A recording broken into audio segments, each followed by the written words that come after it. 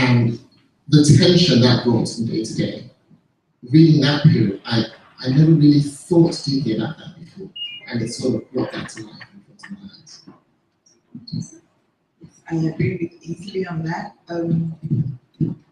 It's just opened up my eyes to understand what happened back then when Christianity was pretty new, and all the issues, especially with having twins and things like that. We read about it in history classes, but then I never really knew anybody that went through it. Even if I knew him, I didn't even know all that story behind, and all that. So that was informative, and then also the war itself.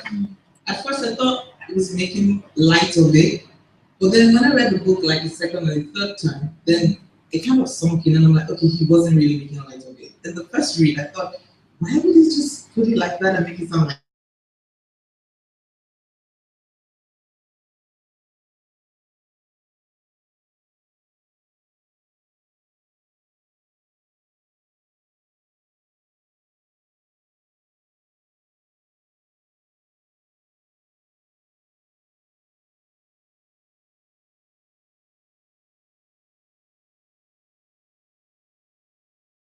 issues to deal with people who lost out. So yes, it was really informative on that. Who was your favourite character? Who stood out and why? I'll try my answers not to give too much away for those who haven't read the book.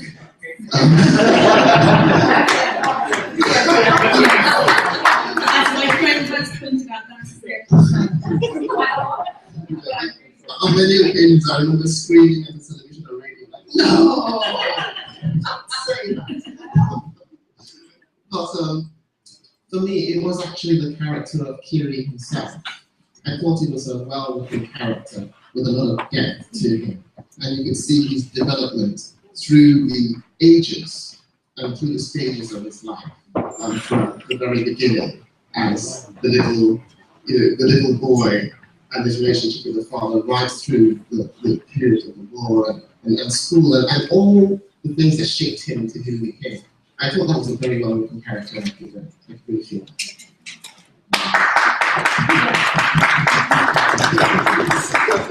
For me, it was Alfredo, that's Papa Iberi. Yeah.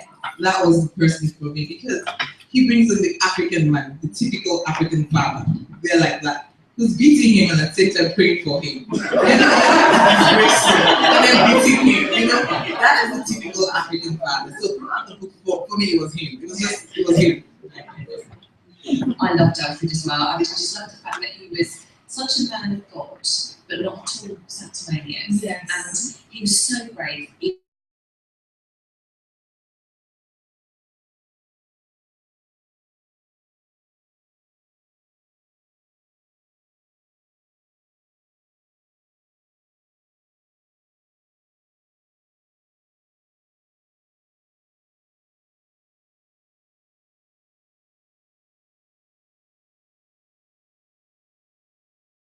Trouble or he's lost, the father's initial reaction is let me find myself a stick. That's my dad, so I loved him.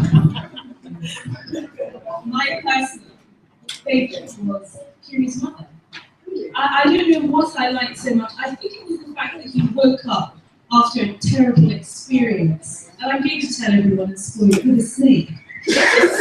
And the first thing she announces to young Kiri was, yes, we've caught the snake. And we will serve it to you all.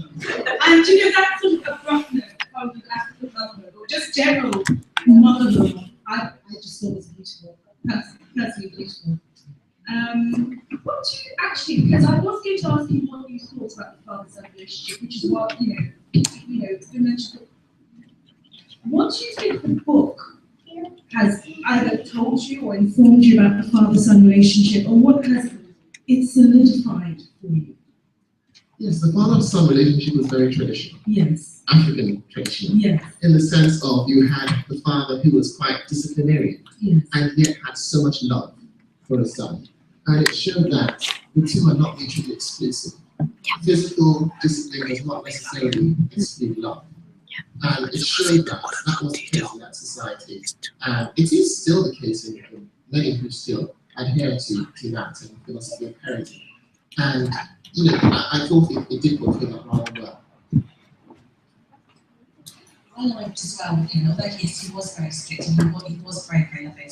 He also, in no way, tried to constrain his children. So when the other brother goes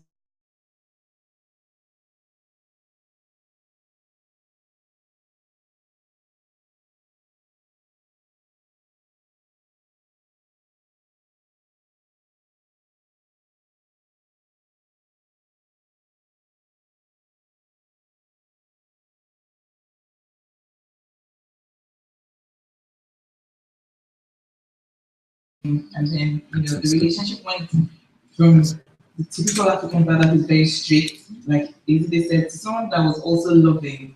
He didn't show it like all mushy love, but it was there. You could sense it and feel it in the background. He was still very loving and strict as he was. And obviously there'd be highs and lows. But what would you say, and how would you describe the emotions of that reading the book? Particular parts that obviously strong emotions abound during the different happenings, a good swathe of our nation's history, really. And Kiri and his father were all witness to that. But what would you say is the main emotion that came out of the book for you personally? Okay. I was amused. I know that sounds weird, but I was amused because I know him. Yes. As in, I grew up knowing him and thinking of him as a very strict person and things. So when I read the book, I was like, he did all that? Like, seriously? So he did all that. So for me, as much as there were serious issues, when it was the war, I was a bit sad about it. When he was at the river and he couldn't cross, I understood that because I had a fear of water. So I could feel everything of it, but all in all, I was pretty amused that, someone that I see as all grown up and all, strict and everything, he had the same childhood that any other child would kind of have. And he did all these things that he did that I never thought, I never imagined that he would do. But then it just made it real. It made it like a real thing.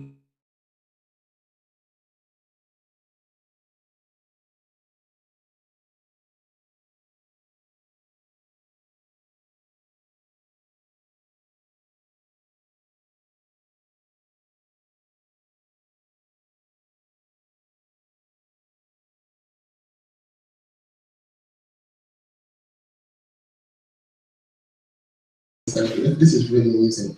And then, my jaw begins to drop. And I'm like, seriously? Good grief. And it was a roller coaster for me. It was a roller coaster. It started with amusement, then it got pretty serious indeed. And, ups and downs, I would say I was taken to Alton Towers and back. Thanks, guys. Me too. I mean, I think there were some of the things that happened. So the character Chinwe, I just thought was lovely, and then with what happened to her, I just wasn't expecting it. And then with the when Kiri was involved with the hospital, and there was the incident at the end of that, I wasn't expecting it at all. So it was actually really quite shocking. And I spent a bit of time crying over some of the characters, not in a bad, in a good way. It was a good experience. But there was a lot of humour in it as well, and I just think a book I really enjoyed. And I think Roller Coaster is about right. There's no way you could discuss this without discussing traditional things. And for you, not being Nigerian, it's probably a revelation. For you being Igbo, it's probably sort of cements some things you already knew. And for you, it must be like, these are my neighbours, but really, especially when you're around with the twin situation and everything. What did you make of the traditional elements, especially rubbing up against the Christianity? How did that find you? How did you find that? Sorry. Well, I don't really know a lot about the traditional things. Yes. Yeah, we've grown up in Lagos where we don't really know what's going on.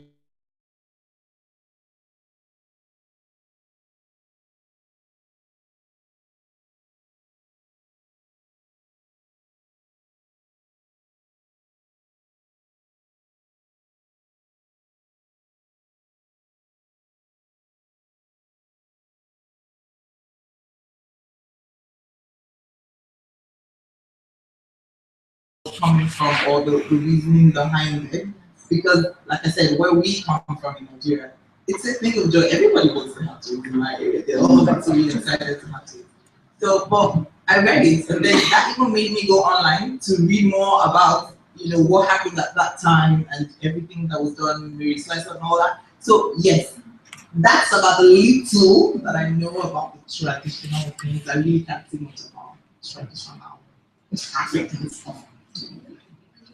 Well, similarly, very much a Lagos boy.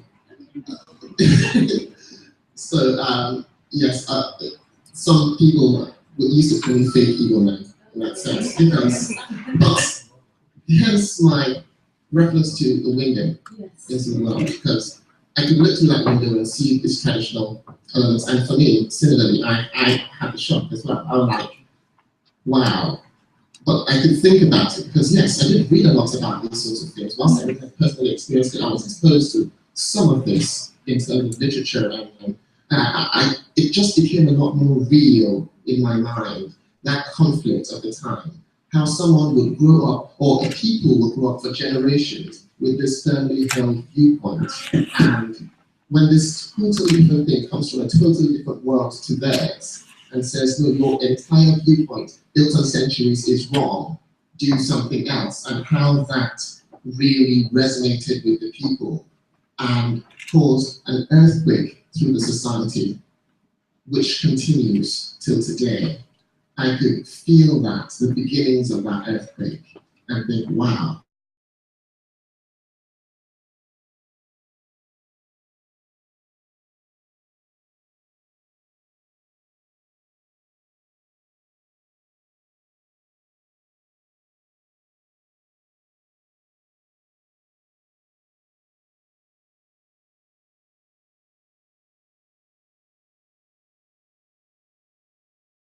And then you've got the witch doctor, and the description of these two little babies in these wrappers.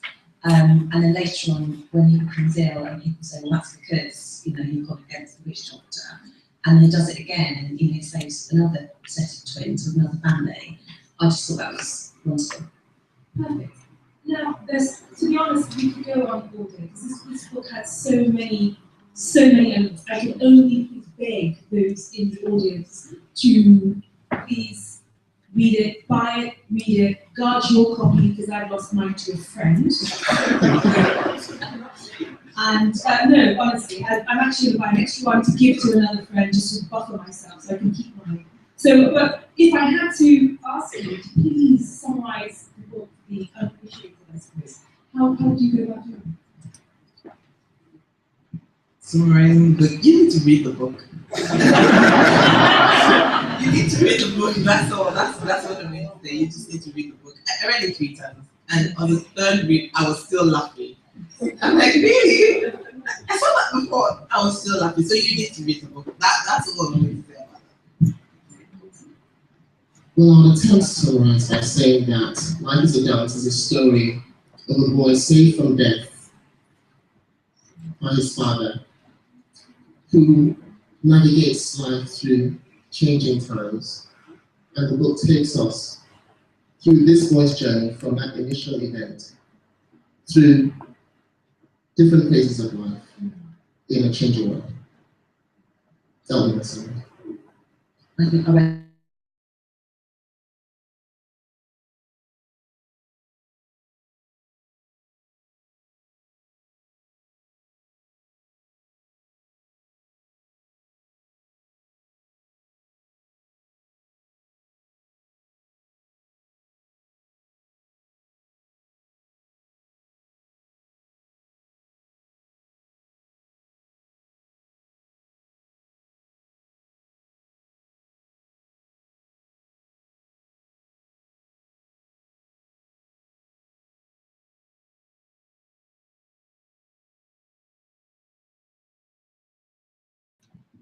You can have a round of applause once again for our panel.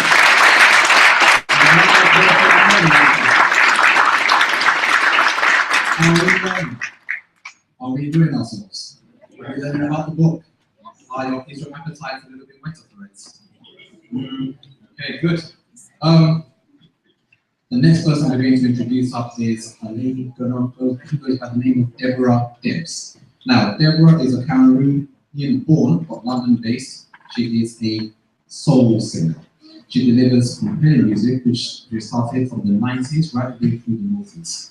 She's basically taken her inspiration from the very greats of jazz, and her latest album, is Life Cycles an album? It is. Exactly. Okay, so her latest album, Life Cycles, is a wonderful combination of all these things, soulful melodies right away from the early 2000s, R&B, gospel, and neo soul. It is a 100% contemporary soul album. Ladies and gentlemen, please welcome up to the stage with a wondrous and thunderous round of applause, Deborah Debs.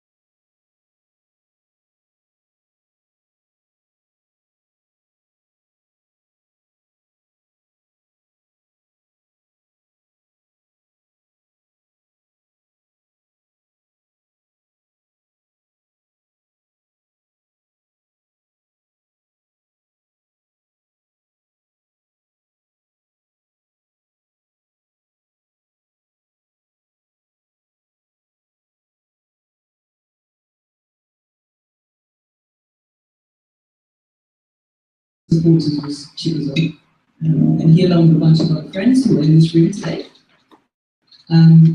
facilitated me launching my album. So when he said, I've written a book about my dad, and I want me to come and sing, I quickly jumped at the opportunity.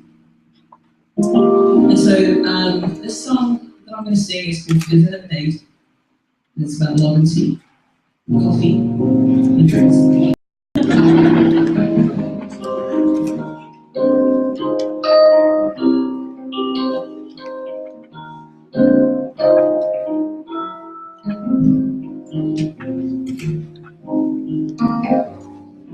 Maybe not.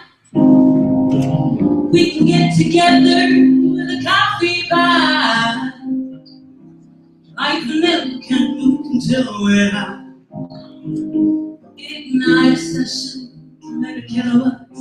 Baby, I tell you what, let's take it from the top. Lay your mat right, you find a spot. Ooh, touch that. You know when you get tucked in.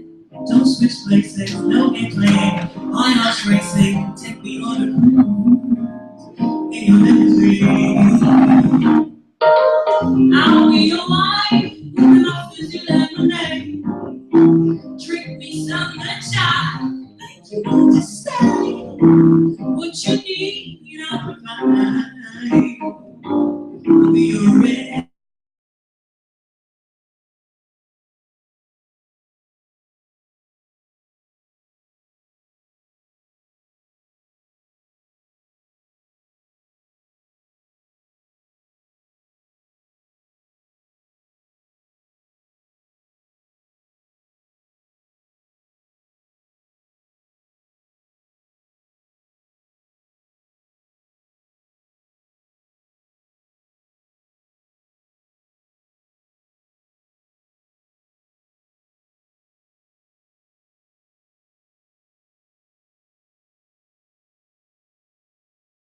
Me, tell me what, let's take it from the top. Lay on that rock, you find a spot. Touchdown, you know when you get tempted. Don't switch places, you'll be playing. My heart's racing, take me on a cruise in your limousine. Oh, I'll be wine, and enough fizzy lemonade. Drink me some moonshine, make you want to stay. What you need, I'll provide, baby. I'll be your red, I'll be your white, I'll be your rose.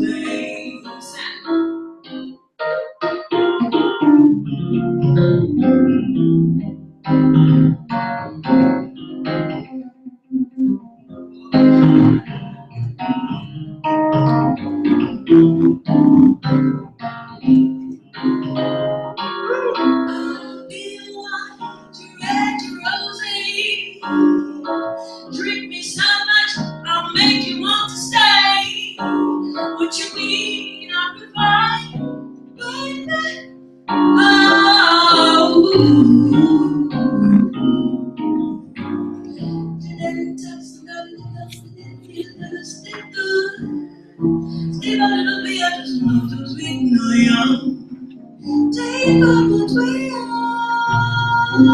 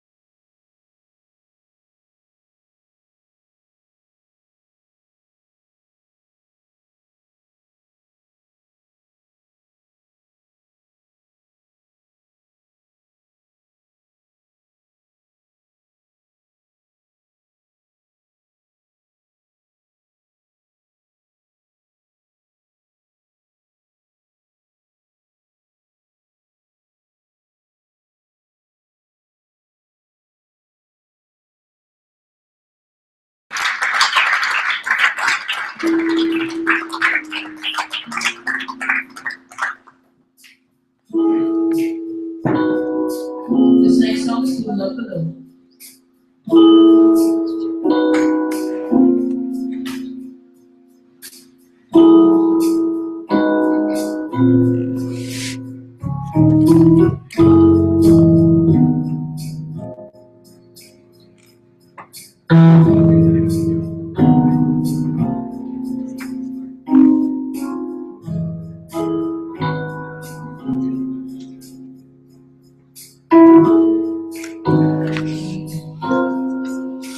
Every instrument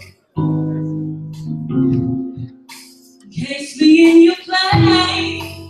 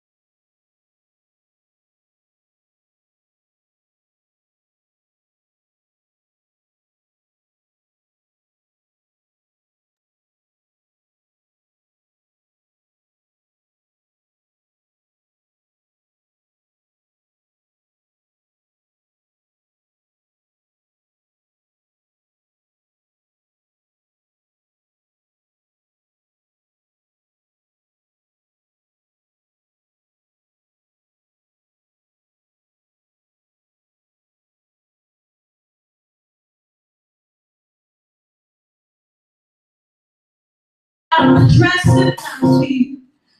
Three wines and that I only company. I will when I'm wrong. I let the kitchen cook you, baby.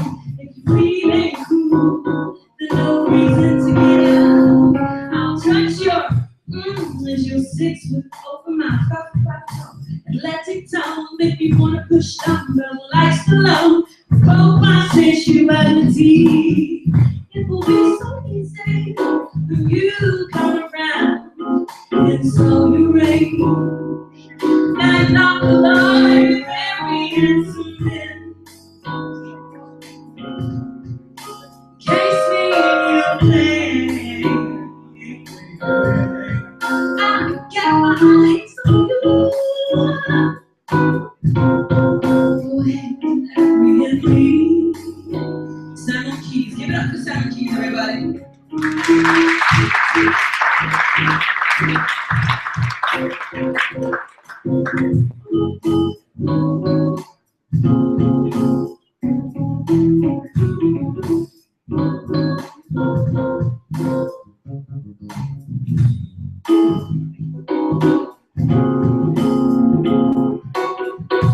Oh, very handsome man, very handsome man. Encase me in your plate. I got my eyes on you. Baby, baby.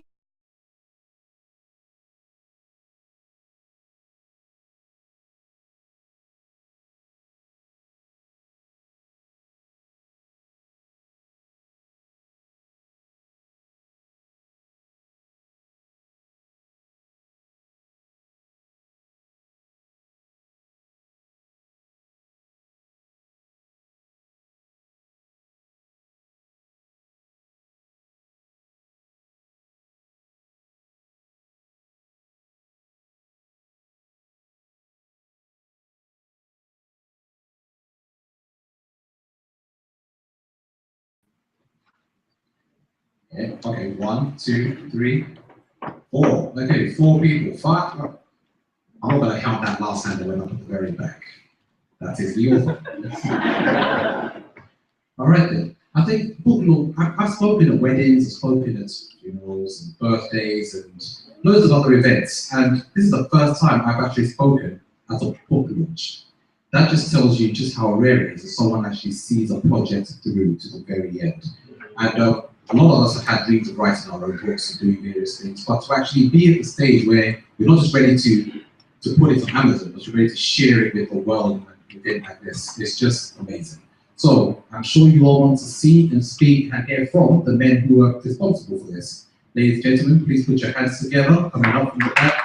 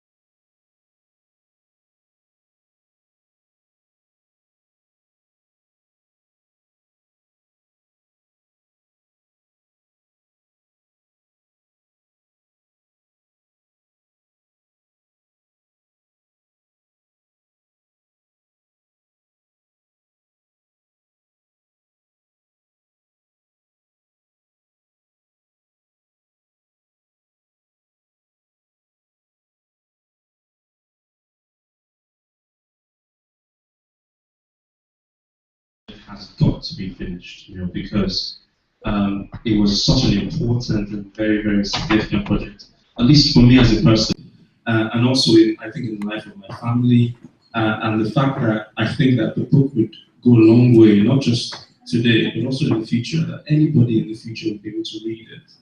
One of the things that helped me sort of go from the beginning to the end of the project was the fact that I had a deadline. And I'm the kind of person, I don't know, some of you in this room might be like me. I never actually finish anything, unless I have a deadline. And I'll give you a quick story about why and how this book came about. My dad was turning 70 in January 2015, and last year, my siblings and I got together and we spent quite a few months, including my mom, trying to hatch a plan of how we were going to do a fantastic celebration of my dad's 70th birthday. And we thought that, given all that he's been through in his life and all he's done for us as he's raising 4 kids, we thought that he deserved a wonderful, wonderful birthday.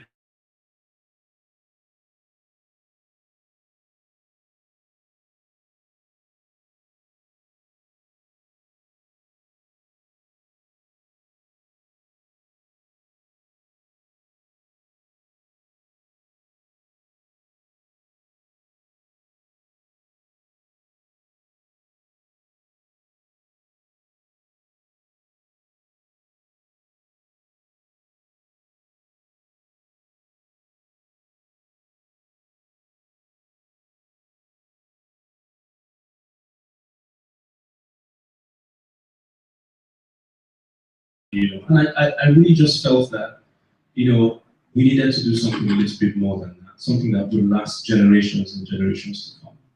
And so that was where this idea came up, and I thought to myself, we could take some of the stories that Daddy has told us and write something really special, something that would transcend generations as well.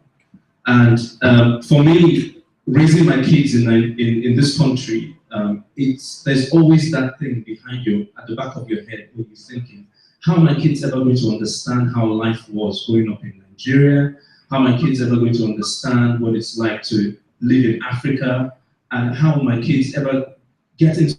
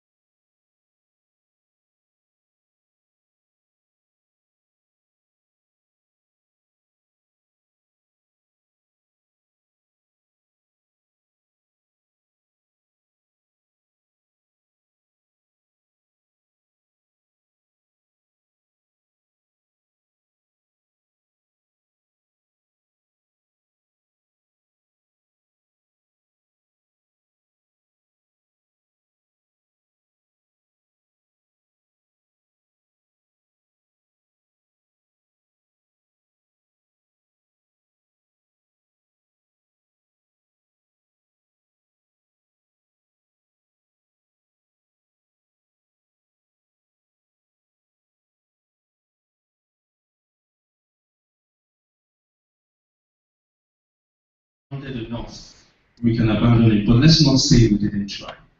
So Aaron said he would sleep over it, and he went and had a night sleep over it, because the next day, when I spoke to him, I was driving to work, and I spoke to him. He said, I will give this a go. Let's give it a go. And that was the beginning of this project. And we spent so many nights working on it because we had a deadline. We had a deadline of getting it ready by December, because I was going to print the books and take them to Nigeria for Daddy's birthday celebration in January. And that's how the book came about. And I'd like to really thank Aaron for saying yes to the project.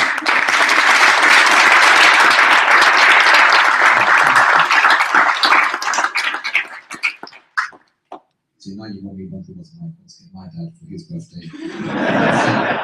I'm thinking of a shirt. We decided to give that immortality. To make sure that it lives forever within the pages of the book and come to life each time someone reads it. It's fantastic, very well done.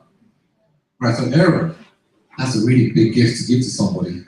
How did you feel when she was looking to you to ask you to write this book? Well, first of all,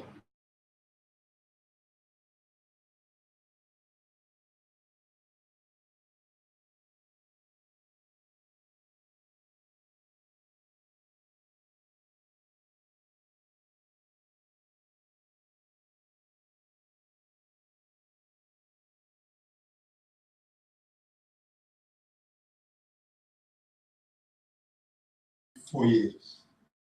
When you phoned me up and said to me that you want to write a book, I said, that's fine. That's fine. It says to me, okay, we have 2.5 months. I said to him, yeah, and he said, yeah. I said, okay, mate, you have to take your medicine. there is no way on that. And he said, no, we have to try. I said, there's no way. Because I mean, that's book. It took me 4 years. So, yeah. But then when I sat down and I said, okay, if we do about 1,000 words every day, we can. You know. So I said, okay, fine. Let's do it. And 2.5 months after, it was done. And even me, I'm even shocked by it. You know, and since then, I think there are a few things that were also changed. The book does not take 4 years. So from now on, all more.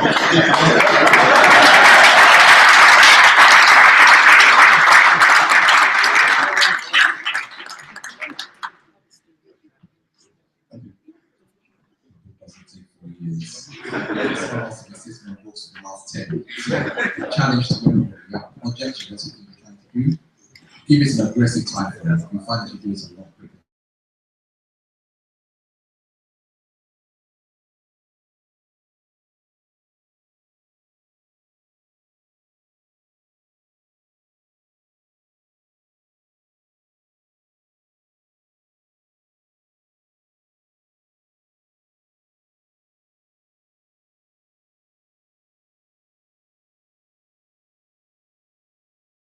The most important part for me was trying to capture a lot that happened between my granddad and my dad.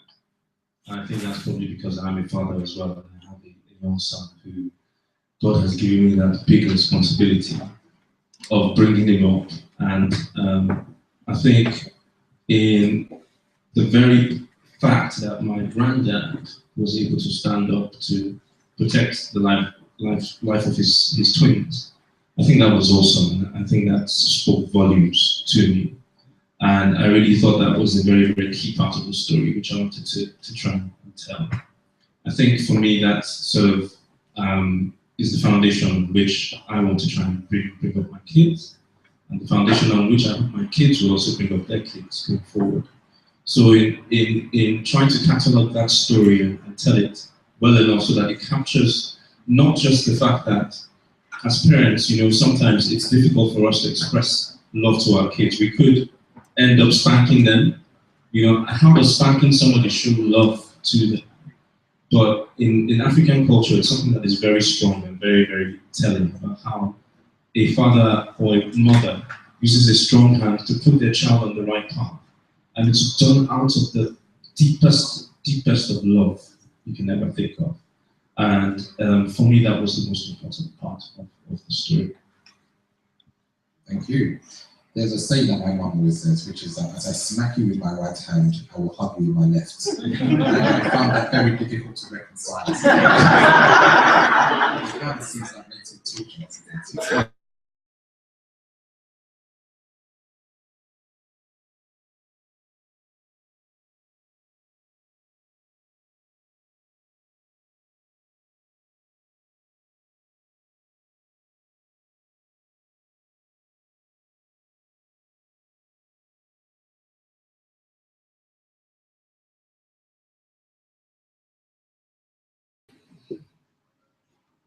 Where he had this film snake. Yeah, that part, without giving any. Who's playing this, please? So yeah, I think that's those parts where he had serious challenges where where always where I would say wow, areas there where I just said wow. So yeah, it was, children have been known for ages. So this was not just anything for special. Right, thank you very much. And sticking with you for a second there, what would you like this book to achieve? What for you would be the next step from here, where the book is concerned? With the lead or the book? Both. Both.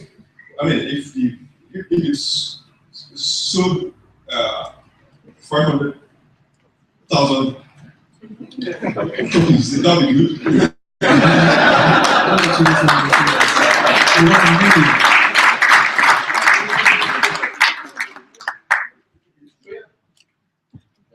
And what's the next step for you from here?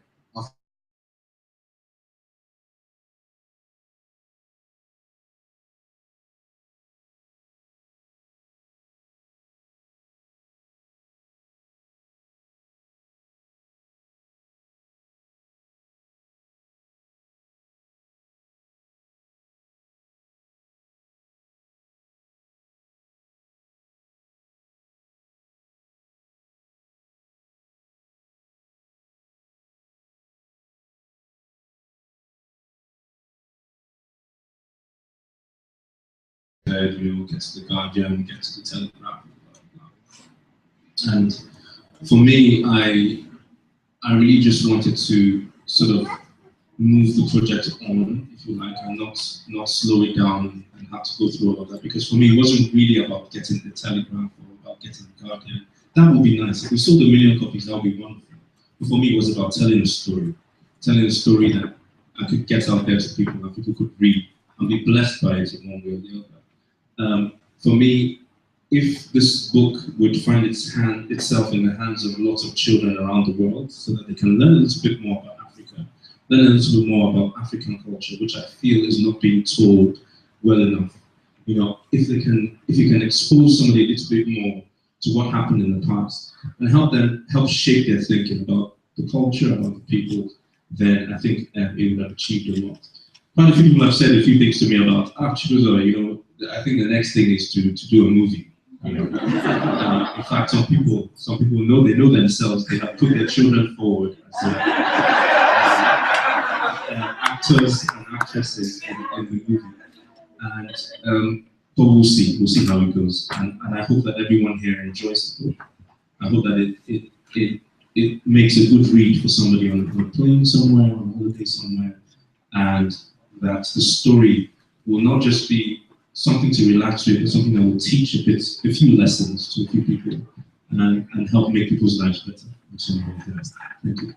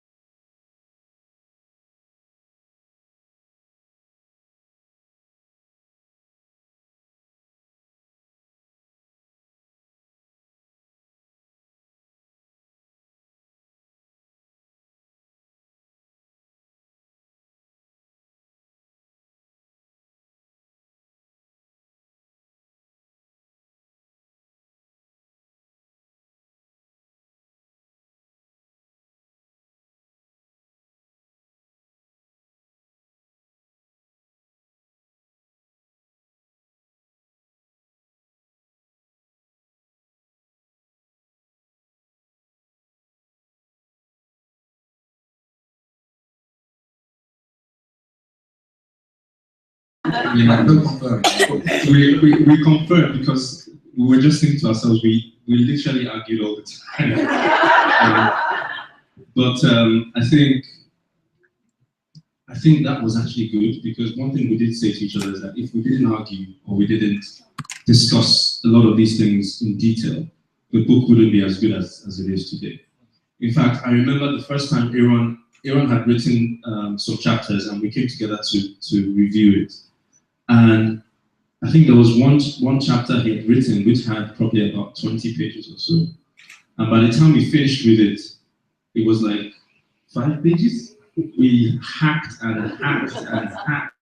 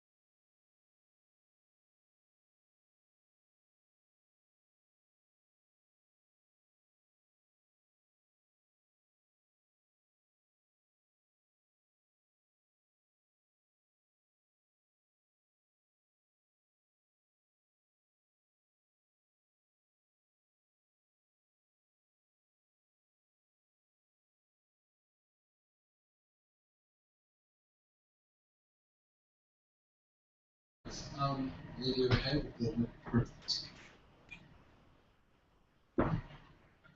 Hello, my name is Sally Chibuzie, and I'd like to say first of all,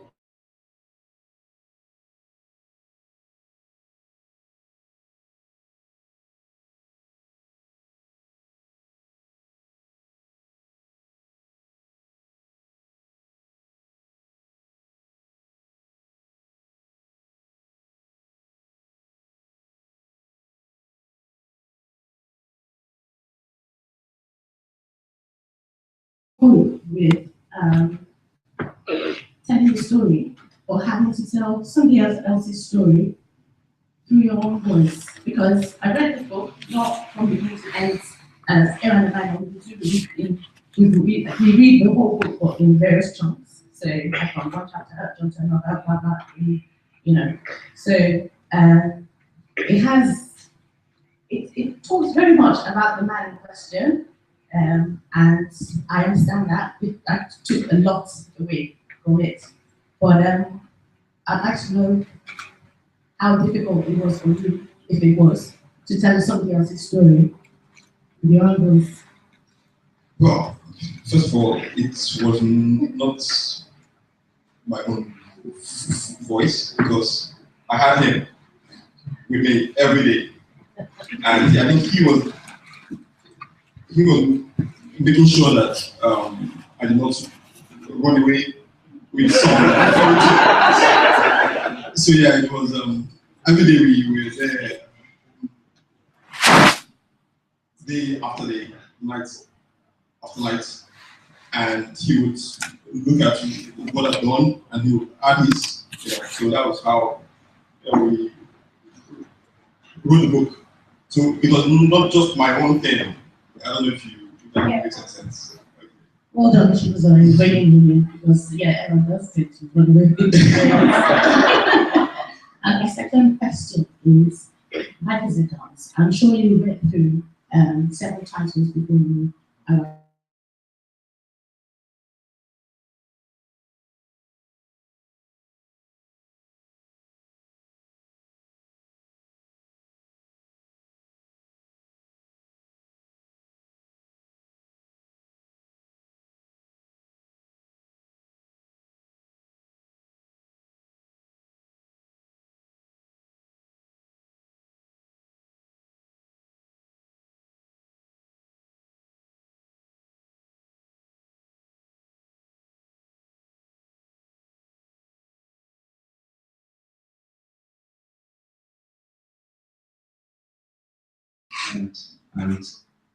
so I think it was towards probably 2 or 3 weeks towards the end of the writing that I sort of we were brainstorming, and I said, oh, yeah, we looked at some poems, we looked at, I mean, and by the way, if you read the book, you will see some poems along the way.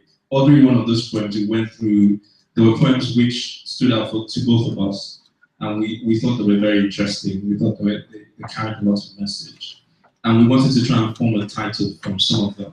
We talked about using some of those titles, but none of them really quite worked, and we would always think, if you put a book on the shelf and someone sees that title, would it make them want to buy the book? I think that was a very, very big part of our discussion. Until one day I just said, there's this song my dad used to sing, in the shower.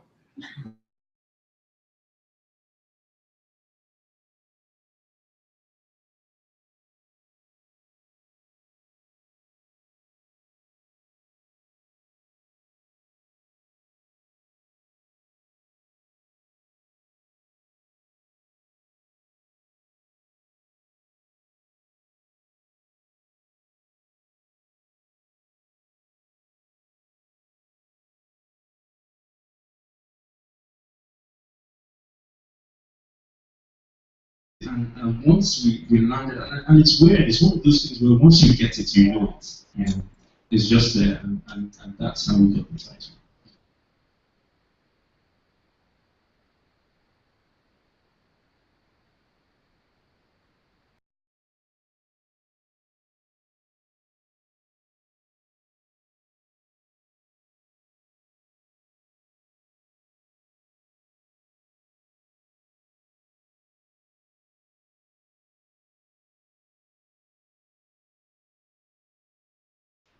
what view of the copy before it went into print? So the approach we took with this, because it was such a tight project, was that we got some of our close family to have a look at the book. So before we actually printed the first edition, my sister had a look at the book. We sent it to, who else we sent it to? I think my brother as well. I sent it to my brother as well. Now, the thing with the first edition of the book was that we had very little time. Literally, I printed it the week I traveled.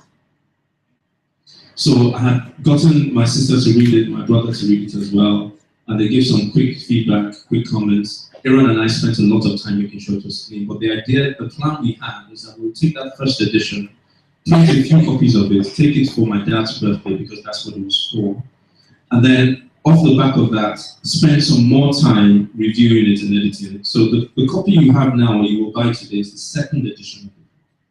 So it's gone through a little bit more of a fine comb. So people like Eze spent some time sort of reading the book in detail. And Eze was on the panel. He was one of those on the panel who was sitting sort of in the middle. Eze spent a lot of time on that. I had Ifeda as well, also read the book. There were quite a few other people. My dad combed the book from beginning to end, told us, this is inaccurate, you didn't say this correctly. The war, some things about the war which we had to change slightly because we had slightly misunderstood it. But the second edition,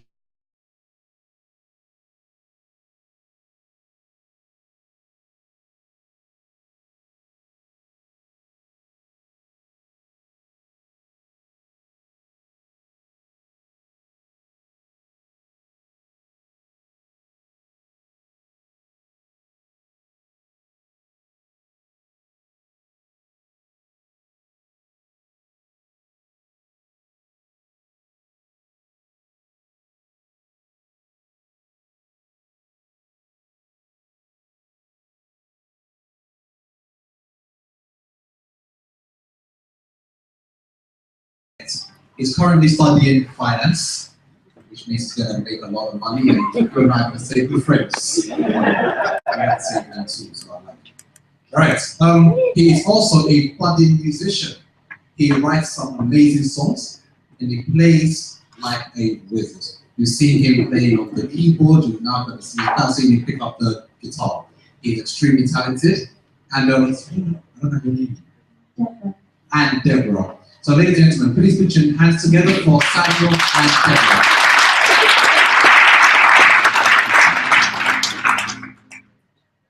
Right, thank you very much.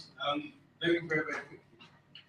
Last Sunday, I was with my uncle, she was actually in the car. And he told me about the book and he said, look, it's finished. And I asked him a question, would you like me to write a song to go with you? And he said, yes, he would love it, he would love it. So I went over back to my university and I was just playing my guitar on Wednesday morning. And I was just thinking of what life would be if I was actually dancing to it. Does that make any sense? And I thought about music, playing in the background. What music did you play? How did you play? And in any music, in any song you hear, there's a bridge. And the bridge is like a pause. And everyone experiences a pause in their lives where they come across certain challenges or certain mistakes and they have to get over it. So in literally less than 15 minutes with that knowledge, I finished the song. So because I understand it that way and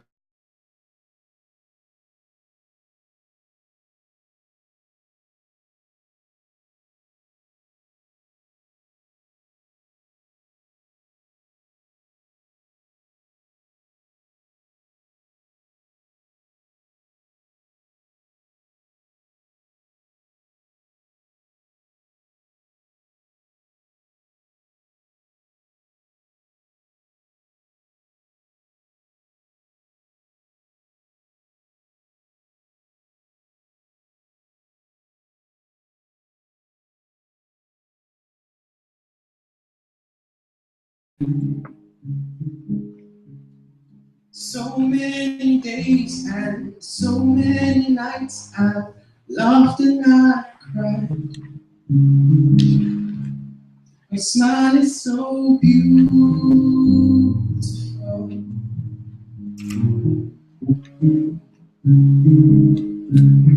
So many days and so many nights she stood by my side. I will be dancing along to the music we made.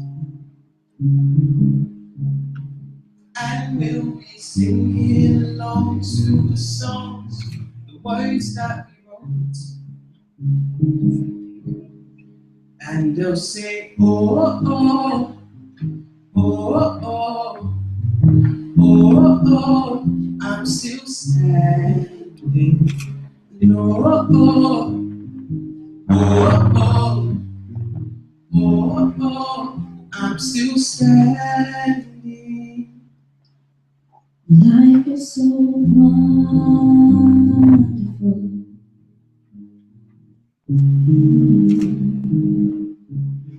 So many ups, so many downs, lived and died. A million bridges across. There'll be more. So many.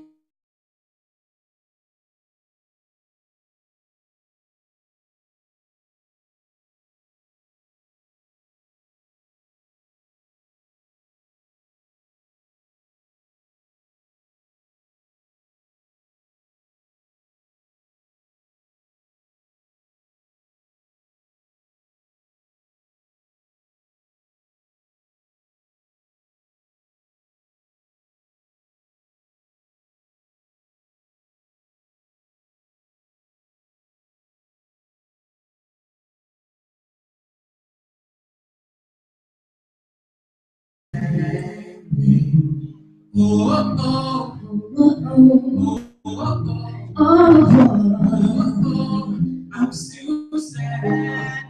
and we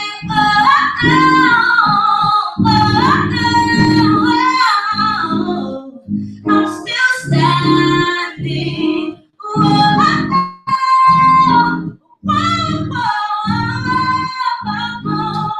I'm still standing.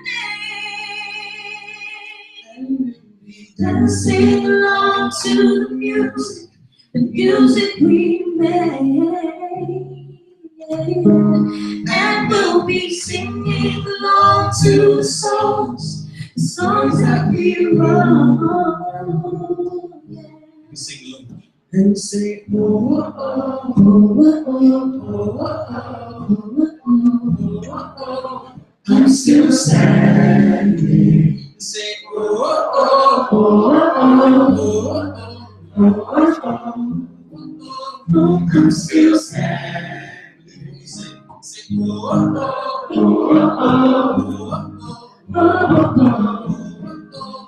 I'm still standing. time say,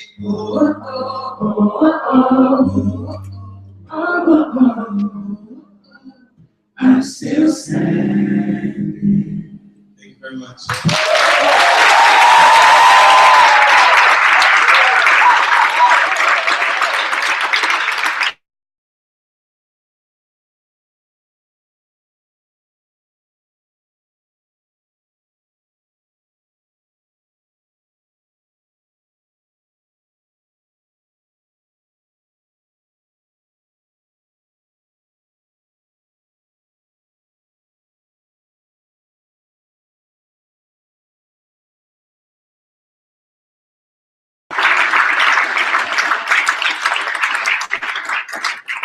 I'm going to make a request. When this whole thing is done, if perhaps you could do that all the time.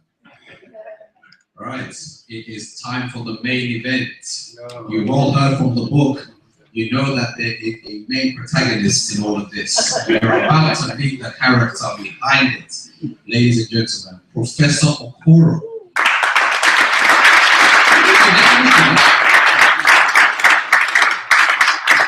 So I heard that you're a disciplinarian, and therefore I do not want to get any of this wrong. Okay. Professor Okoro is the protagonist of the book, Life is a Dance. He is the twin I'm sorry, I just want to break from this a second. When I read this, it stopped me in my tracks. And when I read it to you now, you'll understand why. This next one. So he is a twin who was not killed.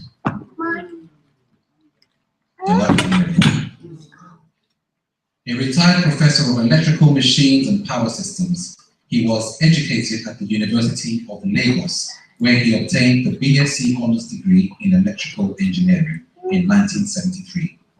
He obtained a master's degree from Imperial College in London in 1975. It is not over.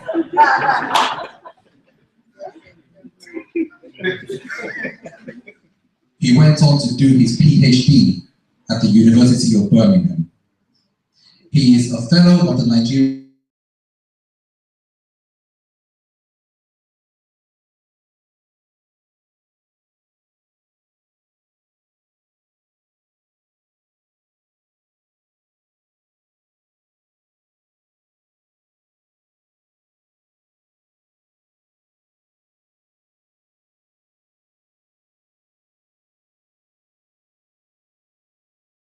grandchildren.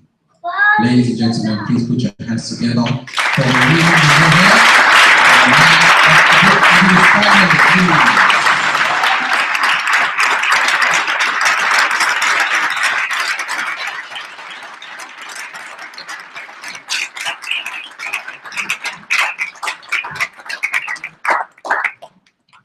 So the professor shall give us our closing remarks.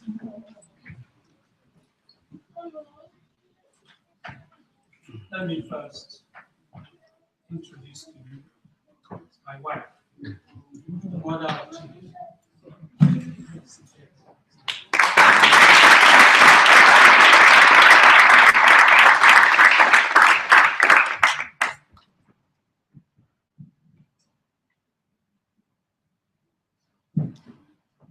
The presentation of the book, Life is a Dance, is a very welcome development to members of our family, as every reader of this book will remember us for good. The idea to write this book came from our children, to honor me, as you have read, on my 70th birthday. When Chibuzo told me that he wanted to write a book about me, my first reaction is, what is there to write about me? Who wants to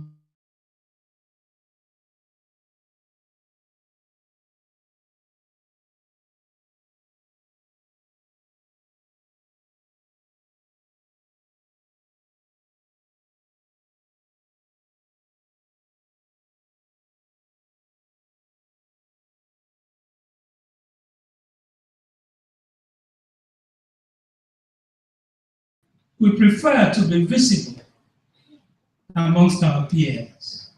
Outside that, there is nothing else. But I never realized that he was thinking about my childhood days. He had heard the story of how twins were thrown away in our community. Actually, I tried to discourage him from this project, but I want to thank God that today we have the book, Life is a Dance.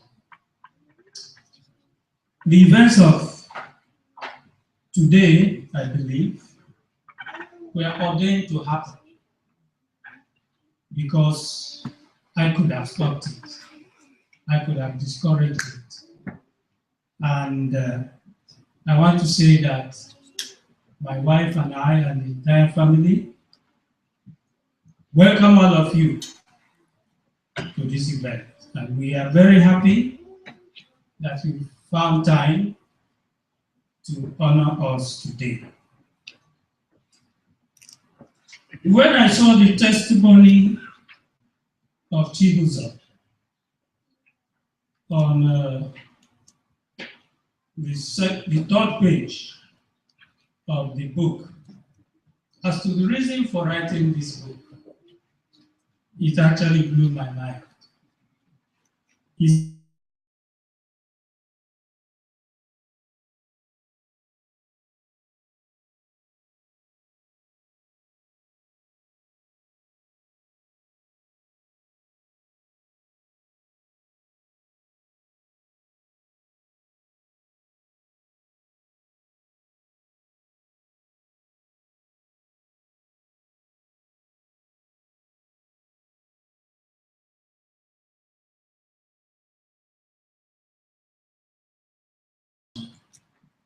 for 3 to 4 years.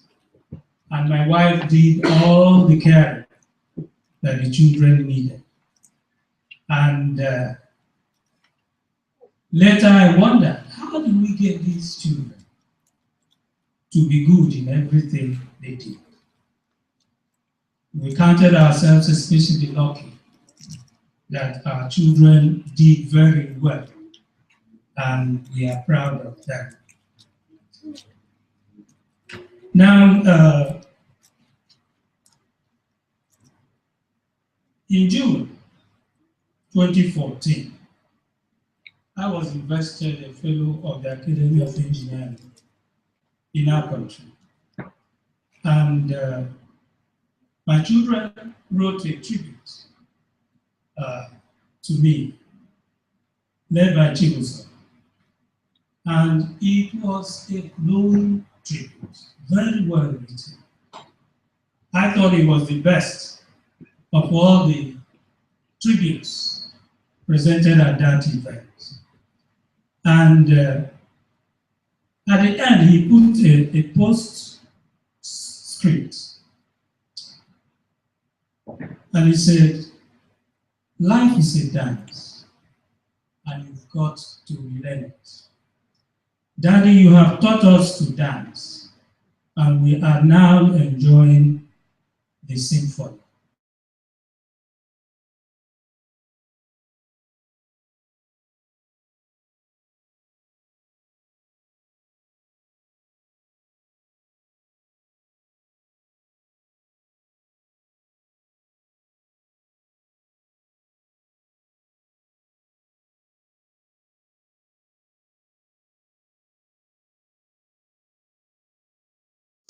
Our childhood days. He was sending a lot of questions, and I was sending answers back.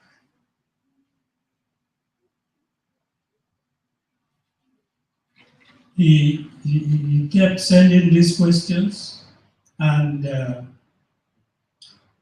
I'm amazed at how he has used these questions to produce this book. It is friend error. Now, some of the things in the book, as you have been told, were not quite accurate.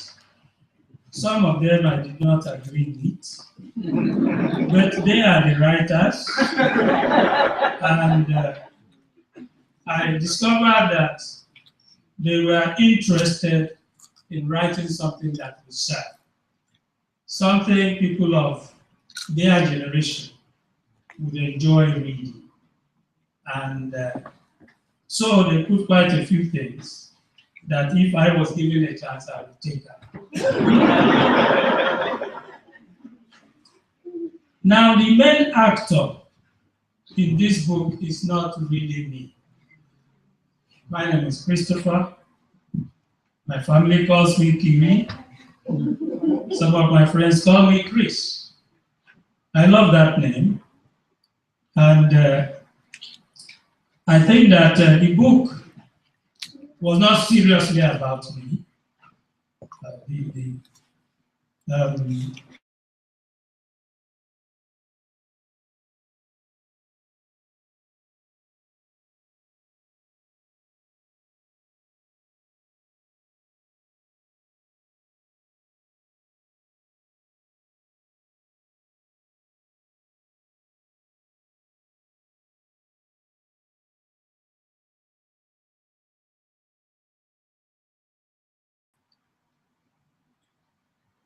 I want to be able to explain this.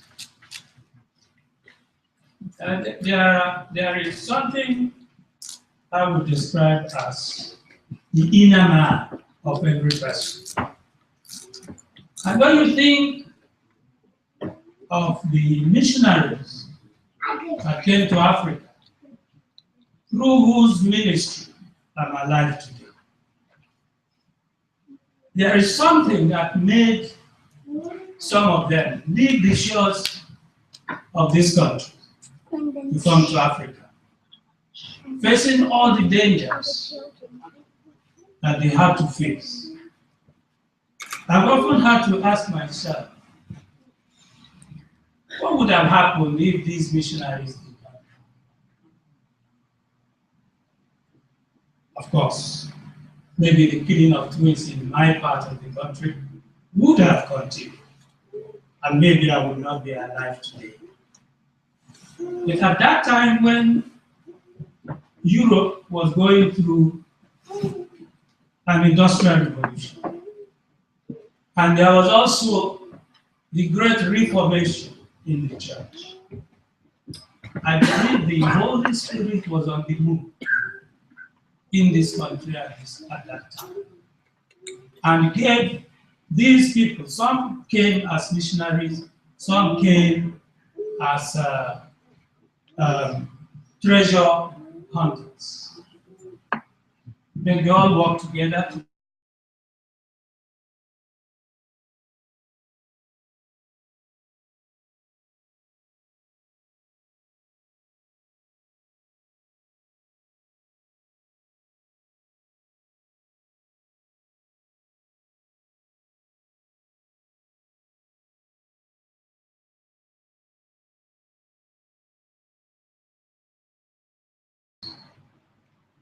and they went through the journey to bring the gospel and turn lives from darkness to light.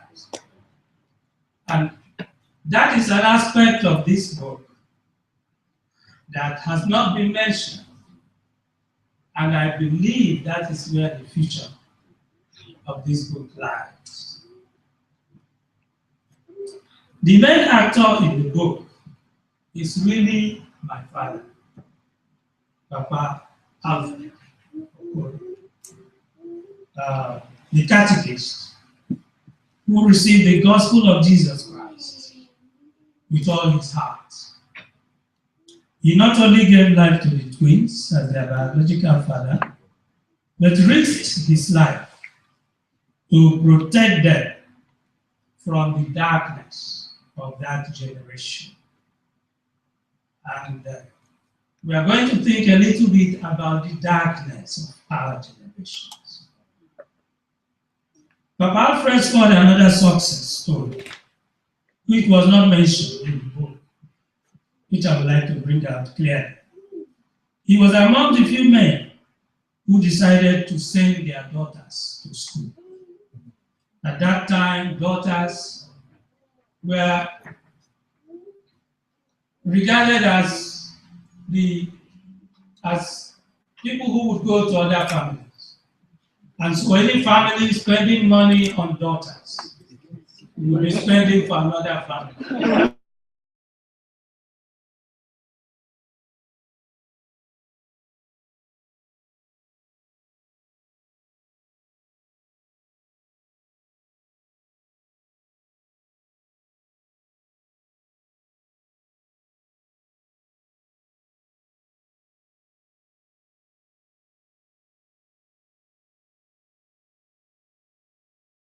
English.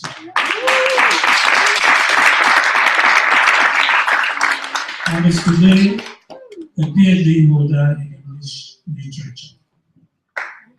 But permit me to say that Papa Alfred received fully the blessings of those who serve in the vineyard of the Lord, even with the meager resources available to such workers at that time. I make bold to say that several promises in the Holy Bible for workers in the vineyard have been fulfilled in his family. Now, when we have gatherings of this nature, sometimes people do not want to talk too much religion. But if there was no Christianity, there would be no us. And therefore, we must talk about it. We cannot pretend about it. Time permits me only to quote a verse of scripture, Psalm 112, verses 1 to 3. It says, "Blessed is the man that feareth the Lord, that delights greatly in his commandments. His seed shall be mighty upon the earth. The generation of the upright shall be blessed. Wealth and riches shall be in his house, and his righteousness endureth forever." I hope I have not gone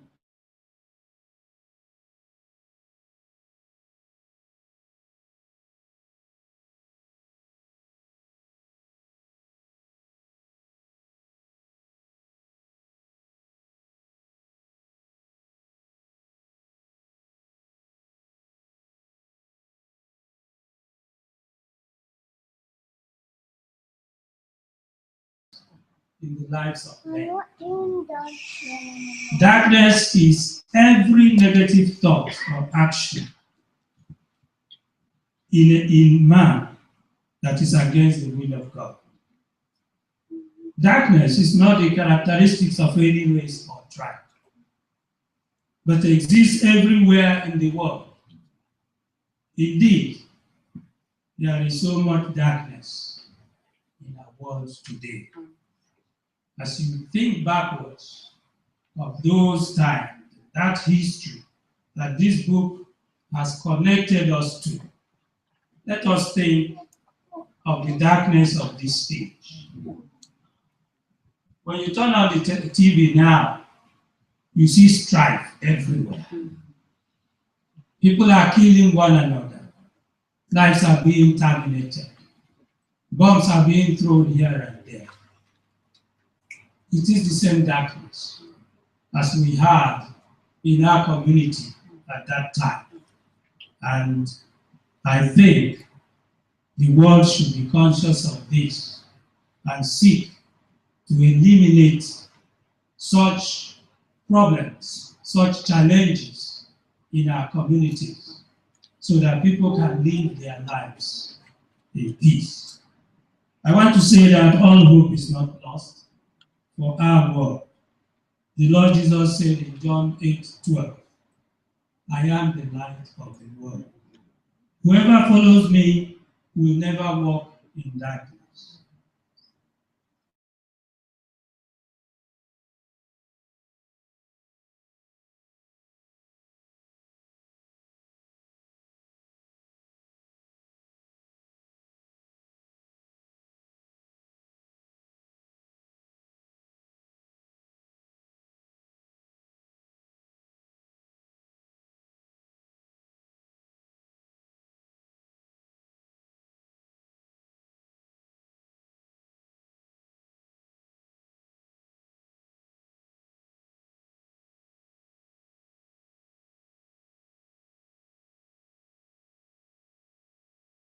Whatever are in the same category.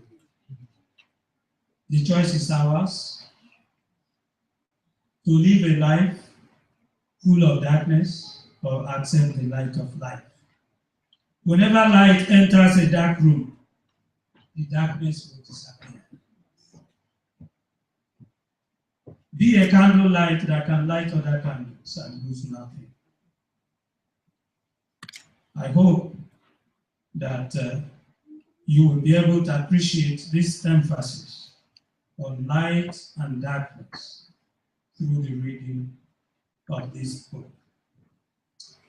I was asked to speak for 5 minutes, and I want to thank the authors, those who took time to write this book, and my children who believe that this project should be done. We thank particularly our guest author, Aaron Teze, the literary expert who converted answers to questions of my early childhood, my secondary education, and tertiary education to community plays, which form the core of the book. We thank Chibuzo, the co-author, and all our children for their conviction to put this story together and for surmounting all my efforts to discourage them initially.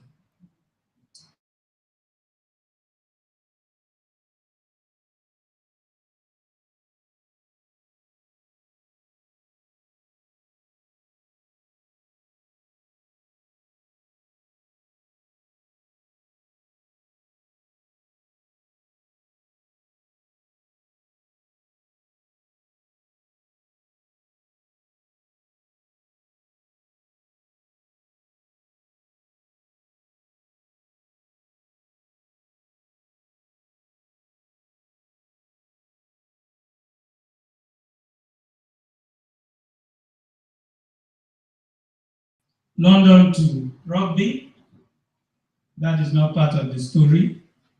From Rugby to Birmingham, the obstacles surmounted are my own personal stories. I hope I will be able to write this story myself. But I want to welcome, thank especially Tony and Nancy Cervantes.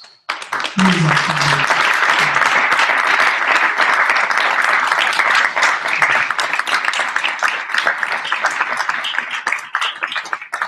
met them in Rugby, where I spent 1 year at GEC Machines, doing graduate training after a master's degree. And I